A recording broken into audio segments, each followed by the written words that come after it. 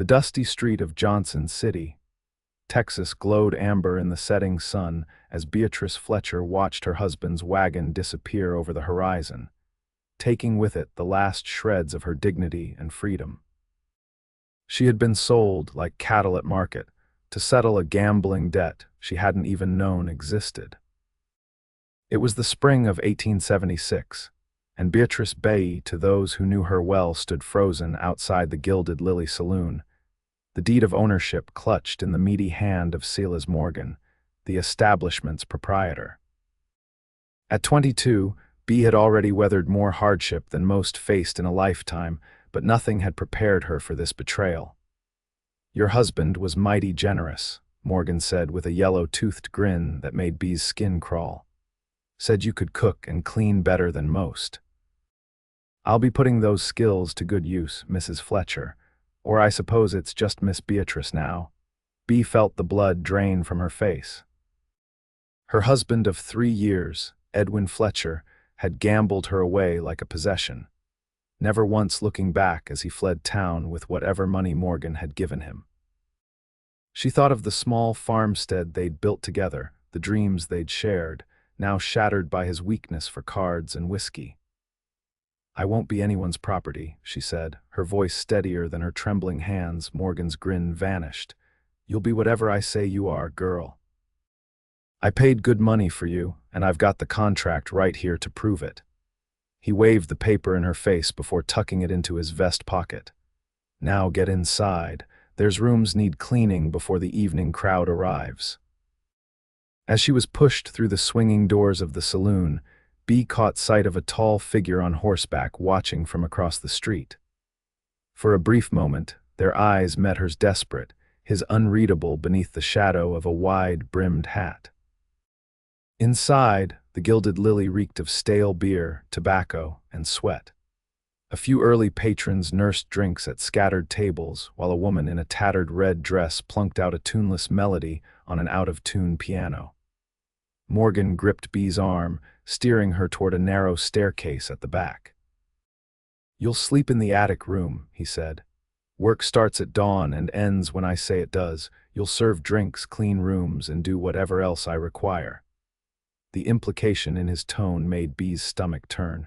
"Try to run, and I'll have the sheriff bring you back." "That contract makes you my property for the next year." "A year," Bea gasped. "That's what your husband's debt was worth." Morgan's laughter followed her up the stairs as he shoved her toward her new quarters. The attic room was little more than a closet with a straw mattress on the floor and a cracked washbasin in the corner. A small window overlooked the back alley, too small for escape, but enough to let in the last light of day. Bea sank onto the mattress, finally allowing tears to fall as the magnitude of her situation crashed over her. She had no family in Johnson City, no friends close enough to help. She'd followed Edwin west from St. Louis after they'd married, leaving behind everything familiar for his promise of land and prosperity in Texas. Now she was alone, owned by a saloon keeper with a reputation for cruelty. Morning came too quickly. Bea had barely slept, her mind racing between plans for escape and the crushing reality of her circumstances. She splashed water on her face from the basin and tried to make herself presentable with the few belongings Morgan had allowed her to bring from her home. Downstairs, the saloon was quiet, chairs still stacked on tables from the night before. Morgan appeared from his office, eyeing her critically. "You'll start by cleaning this place top to bottom," he ordered. "Then help Mabel in the kitchen. Tonight you'll serve drinks." Bea nodded silently, taking the broom he thrust into her hands. As she swept, she studied her surroundings, noting exits and windows, the routine of deliverymen coming and going. If she was to escape, she'd need to know every detail of this place. By midday, her hands were raw from scrubbing tables and floors. Mabel, the cook, a heavy-set woman with tired eyes, offered her a bowl of stew in the kitchen. "Eat while you can," she advised in a low voice. "Morgan doesn't believe in feeding girls who don't earn their keep." "How long have you been here?" Bea asked. "Too long," Mabel replied, glancing nervously toward the door. "Don't get ideas about running. Last girl who tried got dragged back by the sheriff. Morgan's got half the town in his pocket. Bee's heart sank. Is there no one who stands against him? Mabel's mouth tightened into a grim line. Some of the ranchers don't care for him much. They come for the whiskey, not Morgan's company. She paused, lowering her voice further. There's that new fellow, the one who bought the old Cooper place, cattle rancher named Callahan. He's had words with Morgan before. Callahan. The name sparked a flicker of hope in Bee's chest. Tall drink of water, quiet sort but fair with his men from what I hear. Comes in occasionally, never stays long. Mabel turned back to her pots. Finish that stew and get back to work before Morgan comes looking. The evening brought a rush of customers to the Gilded Lily Ranch hands, travelers, and local men seeking relief from the day's heat in whiskey and cards. Bee moved among them, serving drinks with downcast eyes, trying to avoid the wandering hands and lewd comments directed her way. Morgan watched her from behind the bar, his gaze calculating.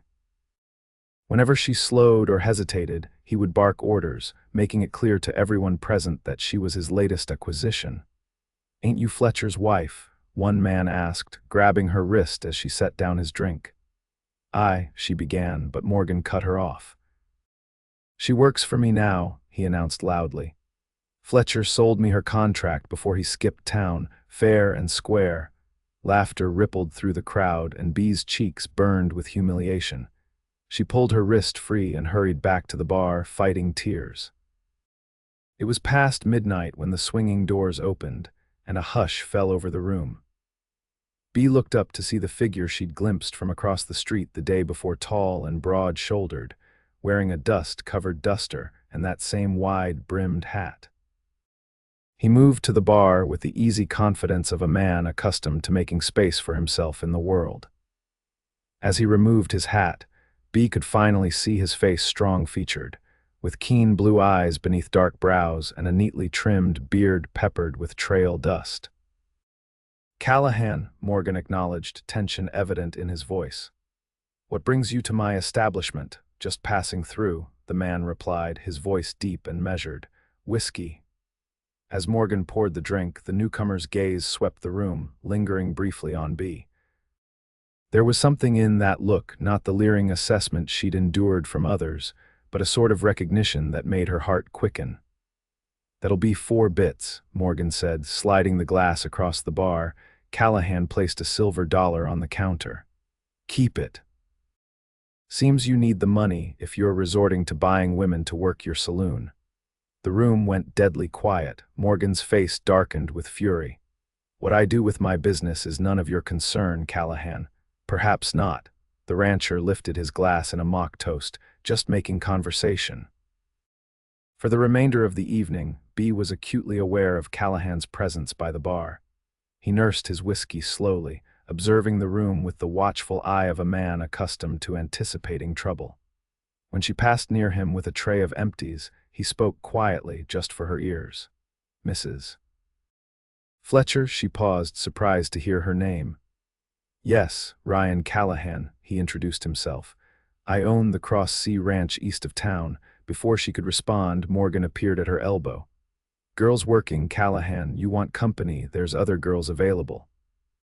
"Just introducing myself to the newest member of Johnson City," Callahan replied evenly. "Seems the polite thing to do." "Well, you've done it. Now either buy another drink or make room for paying customers." Callahan's jaw tightened, but he simply nodded and placed his empty glass on Bee's tray. As he did, she felt something pressed into her palm, a folded piece of paper. "Good evening, Mrs. Fletcher," he said, replacing his hat. "Morgan." He tipped his hat slightly and walked out, his spurs making a rhythmic chime against the wooden floor. It wasn't until much later, after the saloon had closed and she'd retreated to her attic room, that Bee unfolded the note. In a strong, slanting hand were written 6 words. "Dawn, back door, be ready." Sleep was impossible after that. Bee spent the night hours gathering the few possessions she had: a change of clothes, a small locket containing a portrait of her mother, a hairbrush. She changed into her sturdiest dress and boots, then waited by the window, watching as the eastern sky began to lighten from black to deepest blue. At the first hint of gray light, she crept down the back stairs, freezing at every creak of the wood beneath her feet. The saloon was silent, Morgan and the other girls sleeping off the previous night's excesses. She reached the back door and eased it open, peering into the dim alley. For a heart-stopping moment, she thought Callahan hadn't come, that it had been a cruel joke, or that Morgan had intercepted him. Then a shadow detached itself from the darkness beside the door. "Mrs. Fletcher," Callahan whispered. "This way." He led her to where two horses waited at the end of the alley, his own large chestnut stallion and a smaller mare with white stockings. "Can you ride?" he asked, already helping her mount. "Yes," Bea replied, gathering the reins. Growing up in Missouri, she'd learned horseback riding as a girl. "We need to be quick and quiet," Callahan instructed. "Morgan will discover you're gone soon enough." They rode out of Johnson City as the sun crested the horizon, taking a deer trail that led east through scrubland toward the hills. Callahan set a steady pace, glancing back occasionally to ensure they weren't followed. After an hour, when the town was well behind them, Bea finally found her voice. "Why are you helping me, Mr. Callahan?" He was silent for several moments. "No one deserves to be bought and sold like property," he finally replied. "Least of all a woman who's done no wrong." "You don't know that I've done no wrong," she said quietly. Callahan glanced at her, a hint of a smile touching his lips. "I make it my business to know about folks in Johnson City. You and your husband came here 2 years back, started a small farm. You worked hard by all accounts. Your husband, however, spent more time at Morgan's tables than his fields." Bea felt a flush of shame. Edwin wasn't always like that. "When we married, he had dreams, ambitions. Many men do. Few have the spine to see them through when times get hard." The judgment in his tone was clear. They rode in silence for another mile before Callahan spoke again. "We're heading to my ranch. You'll be safe there while we figure out your situation." "What situation is that?" Bea asked.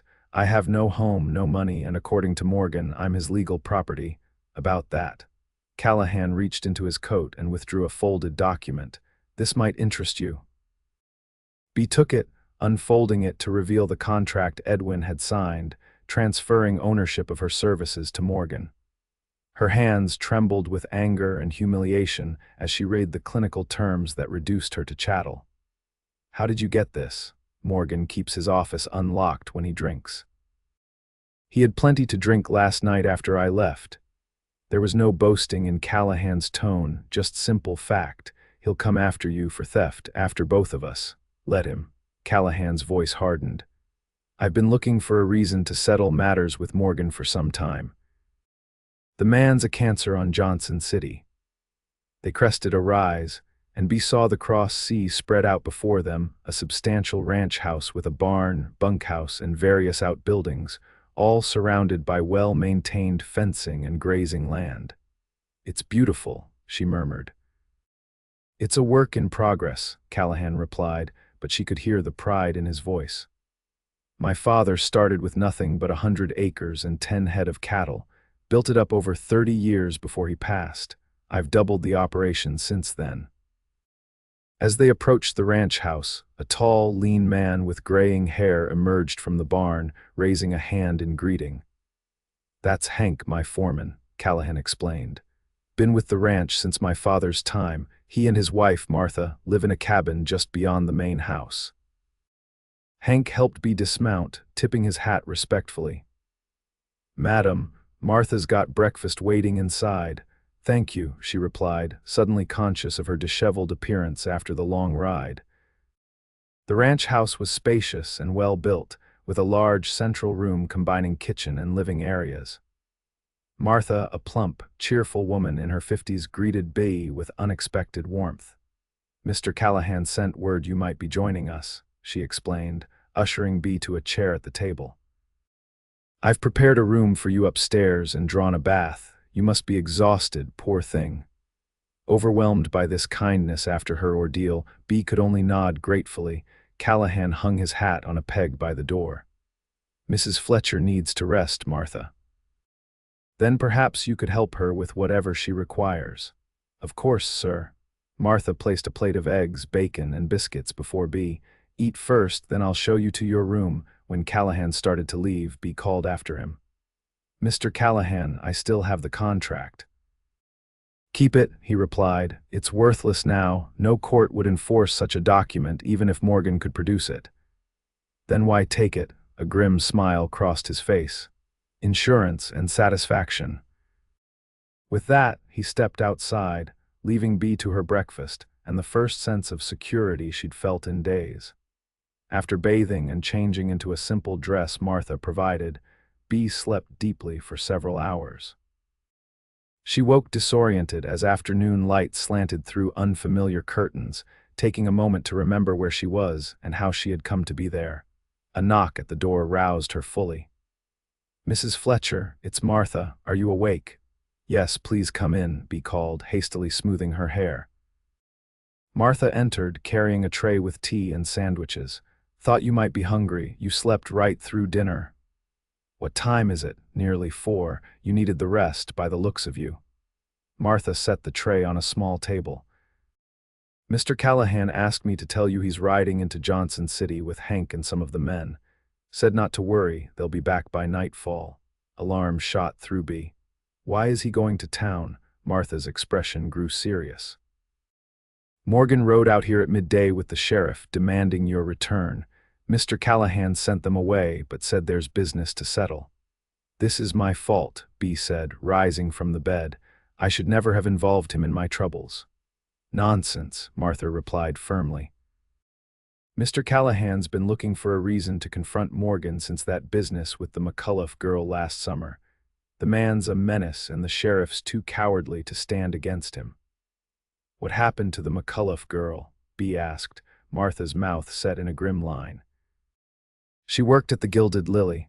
Morgan beat her badly when she tried to leave. She died of her injuries. Sheriff ruled it an accident, but everyone knew the truth. B felt cold at the realization of what might have awaited her if Callahan hadn't intervened. Will there be violence?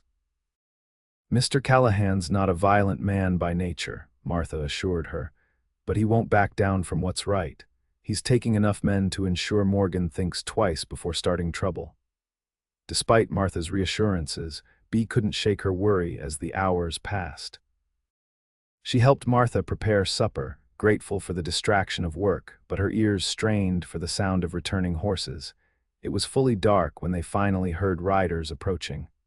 Martha rushed to the window. It's them, she confirmed, relief evident in her voice. B followed her to the porch, heart racing as she counted the returning men.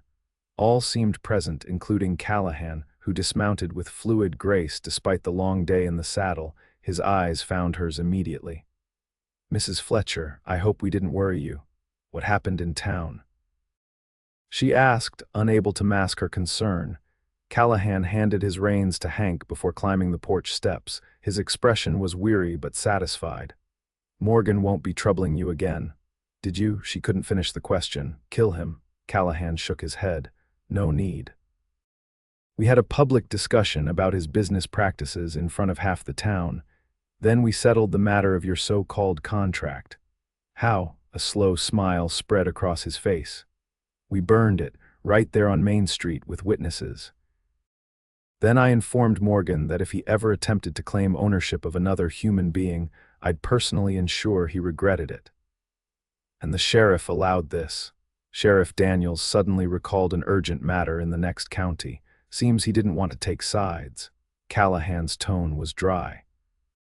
Morgan's influence in Johnson City just took a significant blow. Men like him rely on fear and intimidation. Once that's challenged, their power crumbles. Relief washed over B, followed quickly by uncertainty. What happens now? I have nowhere to go, no means to support myself. You're welcome to stay here as long as necessary, Callahan offered. Martha could use help running the house if you're willing. I can pay fair wages until you decide what you want to do next. That's very generous, B said softly.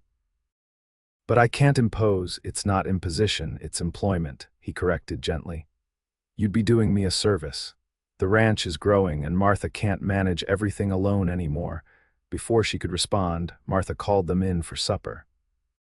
The conversation turned to ranch business as the men ate, but Bea caught Callahan watching her occasionally, his expression unreadable. Later, as she helped Martha clear the table, the older woman nudged her gently. "He's a good man, you know, the best I've known besides my Hank.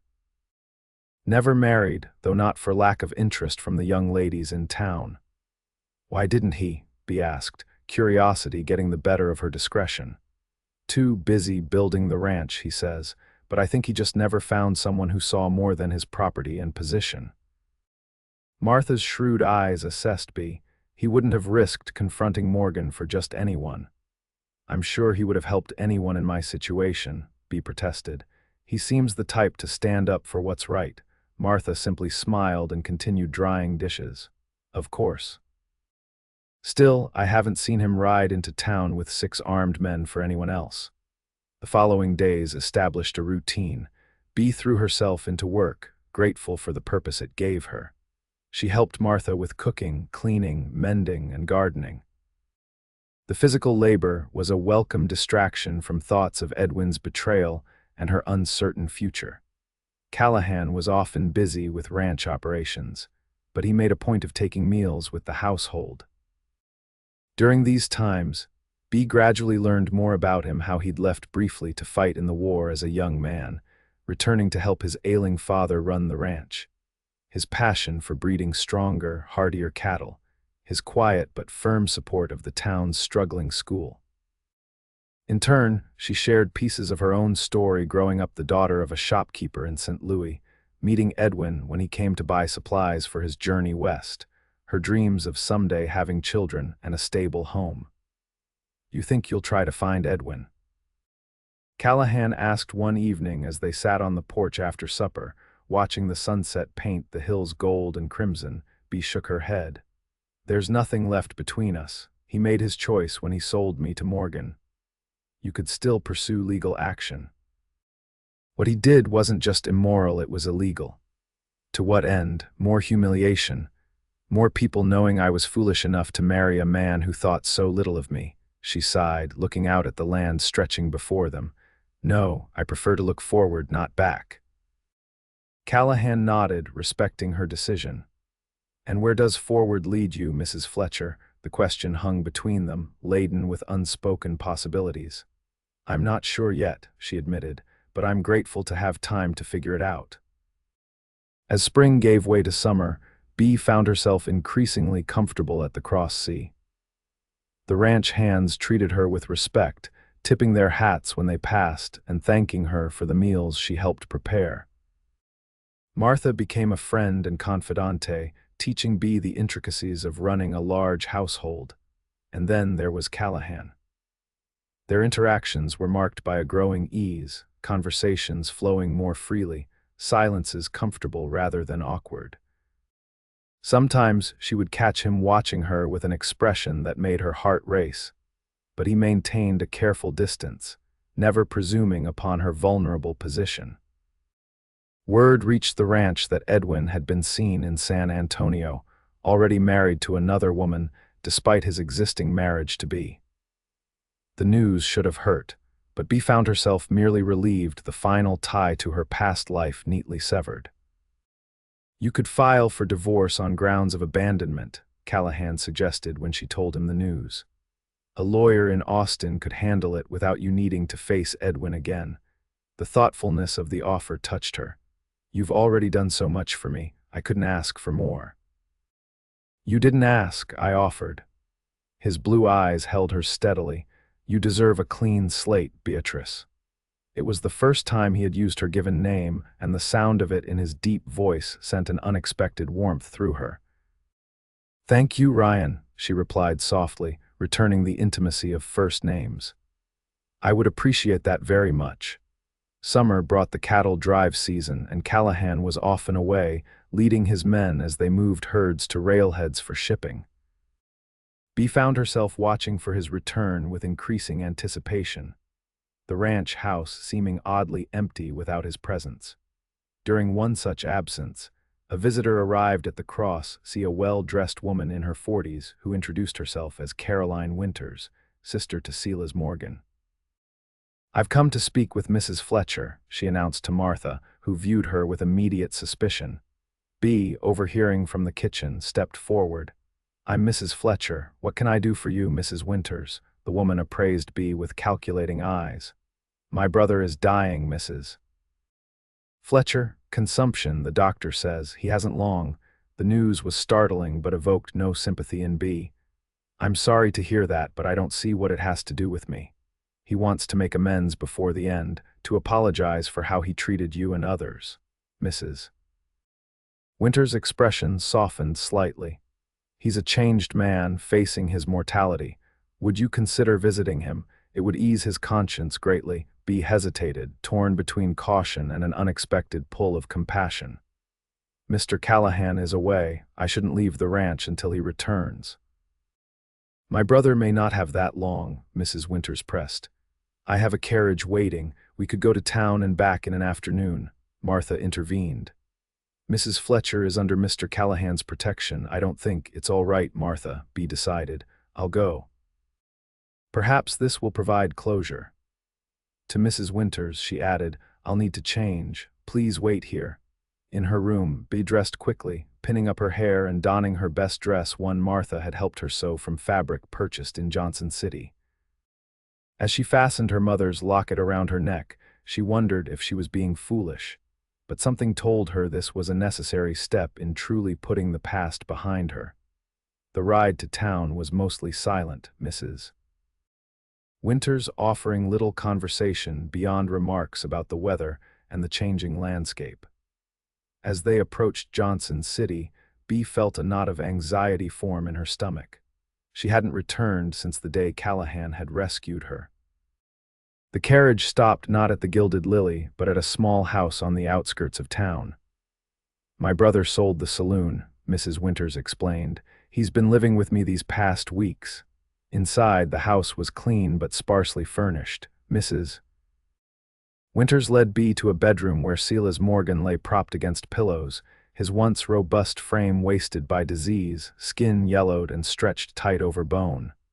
"Mrs. Fletcher," he rasped, eyes brightening with recognition. "You came." "Your sister was persuasive," Bea replied, standing at a distance from the bed. Morgan gestured weakly.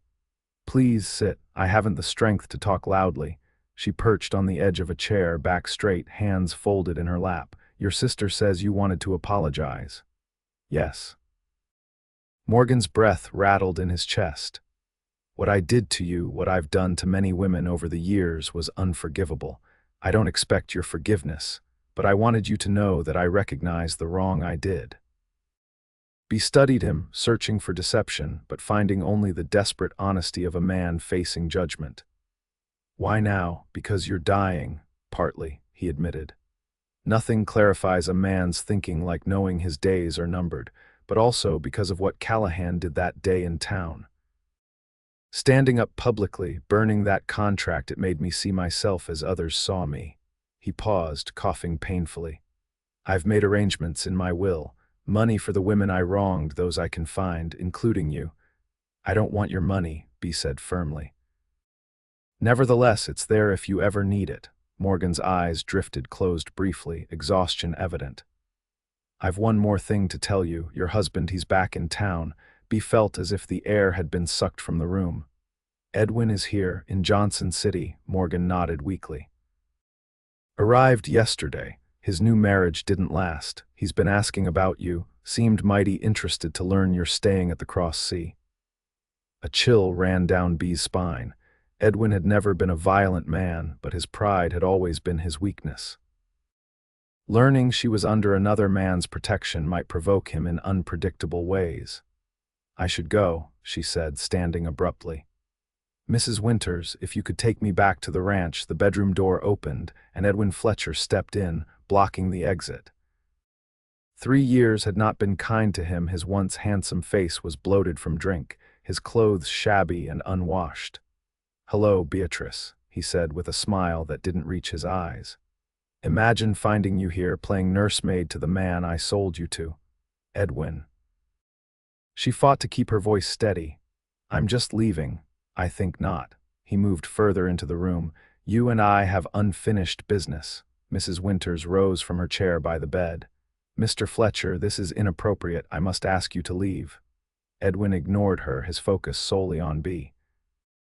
I hear you found yourself a new protector. Quite a step up for me from farmhand to cattle baron. You always were ambitious. You abandoned me, B replied, anger overcoming fear. You sold me like property. You have no right to judge what I've done since then. Actually, I do. Edwin reached into his coat and withdrew a folded document. You're still my wife, Beatrice, and according to the law, what's yours is mine, including whatever arrangement you've made with Callahan. Realization dawned with sickening clarity. Edwin wasn't here out of jealousy or to reclaim her, he was here for money, seeing her connection to Callahan as a means to extort funds. There is no arrangement, she said coldly. Mr. Callahan offered me employment and protection after what you did, nothing more. Edwin laughed, the sound harsh and grating.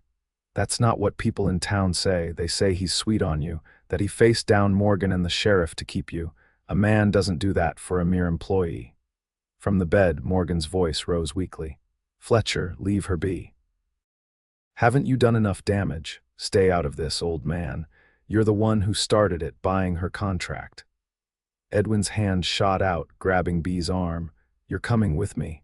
We're going to visit your cattle baron and discuss what it's worth to him to keep you. I'm not going anywhere with you, B declared, trying to pull away. The standoff was interrupted by the sound of the front door opening, followed by heavy footsteps in the hallway. A moment later, Ryan Callahan filled the doorway, his imposing presence bringing the room to a sudden hush. His gaze swept the scene, taking in Edwin's grip on B's arm, her distress, Morgan in the bed, and Mrs. Winters' alarmed expression. With deliberate calm, he removed his hat. Mrs. Fletcher, are you all right? Yes, she managed, relief flooding through her. How did you know I was here? Martha sent one of the hands to find me when you left with Mrs. Winters. I was already on my way back to the ranch. His eyes shifted to Edwin. You must be Fletcher.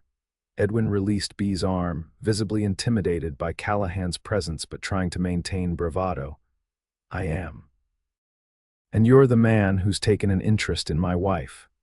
Ex-wife, Callahan corrected. The divorce papers were filed last week in Austin. Given the circumstances of abandonment and your illegal attempt to sell her contract, the judge was quite sympathetic to an expedited process. Color drained from Edwin's face. You can't do that, she's my wife, I have rights. You forfeited those rights when you sold her to Morgan, Callahan replied evenly. The judge agreed. The divorce will be final within the month. B stared at Callahan, stunned by this revelation. He had moved forward with the divorce proceedings without telling her, anticipating exactly this kind of trouble from Edwin. Edwin's shock quickly gave way to anger. This isn't over. I'll contest it. I'll tell everyone how she's been living with you, sharing your— I wouldn't finish that sentence if I were you, Callahan interrupted, his voice dropping to a dangerous quiet. Mrs. Fletcher has been employed as a housekeeper with Martha and Hank as chaperones. Her reputation is untarnished, which is more than can be said for yours. He turned to B. Are you ready to leave? She nodded, moving to his side. As she passed Edwin, he grabbed for her again, but Callahan was faster, catching Edwin's wrist in a grip that made him wince. Don't, Callahan warned. Walk away now, Fletcher. Leave Johnson City and don't come back, or the next time we meet won't end with words. The threat hung in the air, all the more menacing for its quiet delivery. Edwin, understanding he was outmatched, yanked his arm free and backed toward the door. This isn't over, he repeated, but the bluster had gone out of him. It is, Callahan assured him. Mrs. Fletcher, B followed him out, pausing only to look back at Morgan. I hope you find peace, she said, surprised to realize she meant it. Outside, Callahan's horse waited alongside a rented buggy. I didn't know if you'd want to ride double, he explained, helping her into the buggy. Either way, I wanted to ensure you had transportation home. The thoughtfulness of the gesture, on top of everything else, nearly undid her composure. Thank you, she said, voice thick with emotion, for everything, the divorce coming to find me. Callahan took the reins, setting the buggy in motion before responding. I should have warned you about the divorce proceedings. I didn't want to raise your hopes until I was certain the judge would grant it. It's more than I could have hoped for, Bea assured him. Freedom from Edwin, legally and completely. They rode in silence for a while, the setting sun casting long shadows across the road. Finally, Callahan spoke again. Morgan's sister told me why you went to town. Was it difficult seeing him like that? Bea considered the question. Strangely, no. The man I saw today was nothing like the monster who bought me. Illness has stripped away everything but his humanity. I think I can let go of my anger toward him now. You're remarkably forgiving, Callahan observed. Not forgiving, exactly, just ready to move forward without the weight of hatred. She glanced at his profile, strong and steady beside her. What you did today, confronting Edwin, thank you for that too. Callahan's hands tightened on the reins. I meant what I said. The divorce should be final within the month. After that, you'll truly be free to choose your path. His words carried an undercurrent she couldn't quite decipher. And if my chosen path keeps me at the CrossC, she ventured. He looked at her then, the dying sunlight catching the blue of his eyes. Nothing would make me happier, he said simply, but I want you to choose freely, not out of gratitude or obligation. What if I choose to stay for other reasons entirely? Bea's heart hammered in her chest as she took this bold step. Callahan pulled the buggy to a halt, turning to face her fully. What reasons would those be, Beatrice? The use of her name, the intensity of his gaze, it gave her courage. Because in these months at the CrossC, I've found not just safety and purpose, but home. And because when you're away, the days seem longer and the ranch emptier. Beatrice, he began, his voice rougher than usual, I've tried to keep a respectful distance. You've been through so much, and I didn't want to take advantage. You haven't, she interrupted. You've given me time and space to heal, to find myself again, and in doing so, you've shown me what a true partner should be. Callahan reached across the space between them, taking her hand in his. I never expected to find someone like you, he admitted. When I saw Morgan parade you into that saloon-like property, something in me couldn't stand by, but I didn't know then that rescuing you would change my life. How has it changed? She asked softly. The ranch was always just land and cattle to me before my father's legacy that I was duty-bound to preserve. Now it feels like something more, a home, like you said, because you're there. The confession, so honest and unadorned, brought tears to Bea's eyes. Callahan reached up to brush one away as it fell. I'm not a man of flowery words, he continued, but I know what I feel. I love you, Beatrice. And when your divorce is final, if you'll have me, I'd like to court you properly. Court me, she laughed, a sound of pure joy.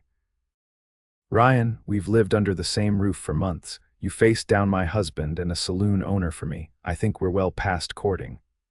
His smile was slow and wonderful. Nevertheless, I intend to do things right. No one will ever say I didn't treat you with the respect you deserve. Be moved closer, propriety be damned. And if I say I love you too, that I've known it for weeks but was afraid to speak for fear of seeming grateful rather than genuine. Then I'd say we've both been fools, Ryan murmured, leaning in until their foreheads touched. Waiting and wondering when we could have been honest all along. The kiss, when it came, was gentle yet profound, a promise, a beginning, a homecoming. Bea felt as if every twist in her difficult path had led her here, to this moment, to this man. When they finally continued toward the CrossC, the stars were emerging in a velvet sky. Ryan kept one hand on the reins, the other firmly clasping Bea's, as if unwilling to let go now that he could finally hold her. Martha was waiting on the porch when they arrived, her worried expression melting into relief, the knowing delight as she observed their linked hands and radiant faces. I see you found her, Mr. Callahan, she said, unable to suppress her smile. I did, he replied, helping Bea down from the buggy, and I don't intend to lose her again. The following weeks passed in a blur of happiness for Bea. True to his word, Ryan courted her properly, riding together in the evenings, reading aloud on the porch after supper, bringing wildflowers he'd spotted while checking the herds. Their growing closeness was a source of obvious satisfaction to Martha, who took every opportunity to leave them alone together while maintaining a pretense of propriety. News reached them that Silas Morgan had succumbed to his illness. Despite their history, Bea felt a surprising pang of sadness, remembering the frail, repentant man she had last seen. Ryan accompanied her to the funeral, where Mrs. Winters approached to inform Bea that her brother had indeed left her a sum in his will. "I still don't want his money," Bea insisted. "Consider it restitution, not charity," Mrs. Winters suggested. "Use it for something good." After consideration, Bea decided to donate the funds to the town school, establishing a scholarship for girls who might otherwise be unable to continue their education. It felt fitting turning Morgan's ill-gotten gains into an opportunity for young women to secure independence. The day the divorce papers arrived from Austin was one of quiet celebration at the CrossC. That evening, as they sat together on the porch swing, Ryan took Bea's hand in his. "Now that you're officially a free woman," he said, "I have something to ask you." From his pocket, he withdrew a small box. Opening it revealed a simple but elegant gold band set with a single pearl. "It was my mother's," he explained. "My father gave it to her when they were starting out, before the ranch was successful. She always said it reminded her of their humble beginnings and how they built something together." Bea's heart swelled as she understood what he was offering, not just marriage, but partnership. A life built together, each contributing equally to their shared dream. "Beatrice Fletcher," Ryan said, his voice steady despite the emotion in his eyes, "would you do me the honor of becoming my wife, of making the CrossC our home together?" "Yes," she whispered, then louder, "Yes, Ryan." "Nothing would make me happier." The ring slid onto her finger as if it had been made for her. When he kissed her, it was with a new certainty, the promise of a future neither could have imagined months earlier. They were married 2 weeks later in the parlor of the ranch house, with Martha and Hank as witnesses, and the ranch hands gathering afterward for a celebration that lasted well into the night. Bea wore a new dress of ivory satin, and Ryan a black suit that Martha insisted on pressing 3 times to ensure perfection. As the fall turned to winter, the newly married Callahans settled into a rhythm of shared work and contentment. Bea took on more responsibility in the ranch operations, revealing a head for figures that complemented Ryan's practical knowledge of cattle and land management.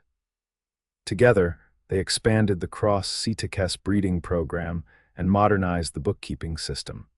Johnson City began to change as well.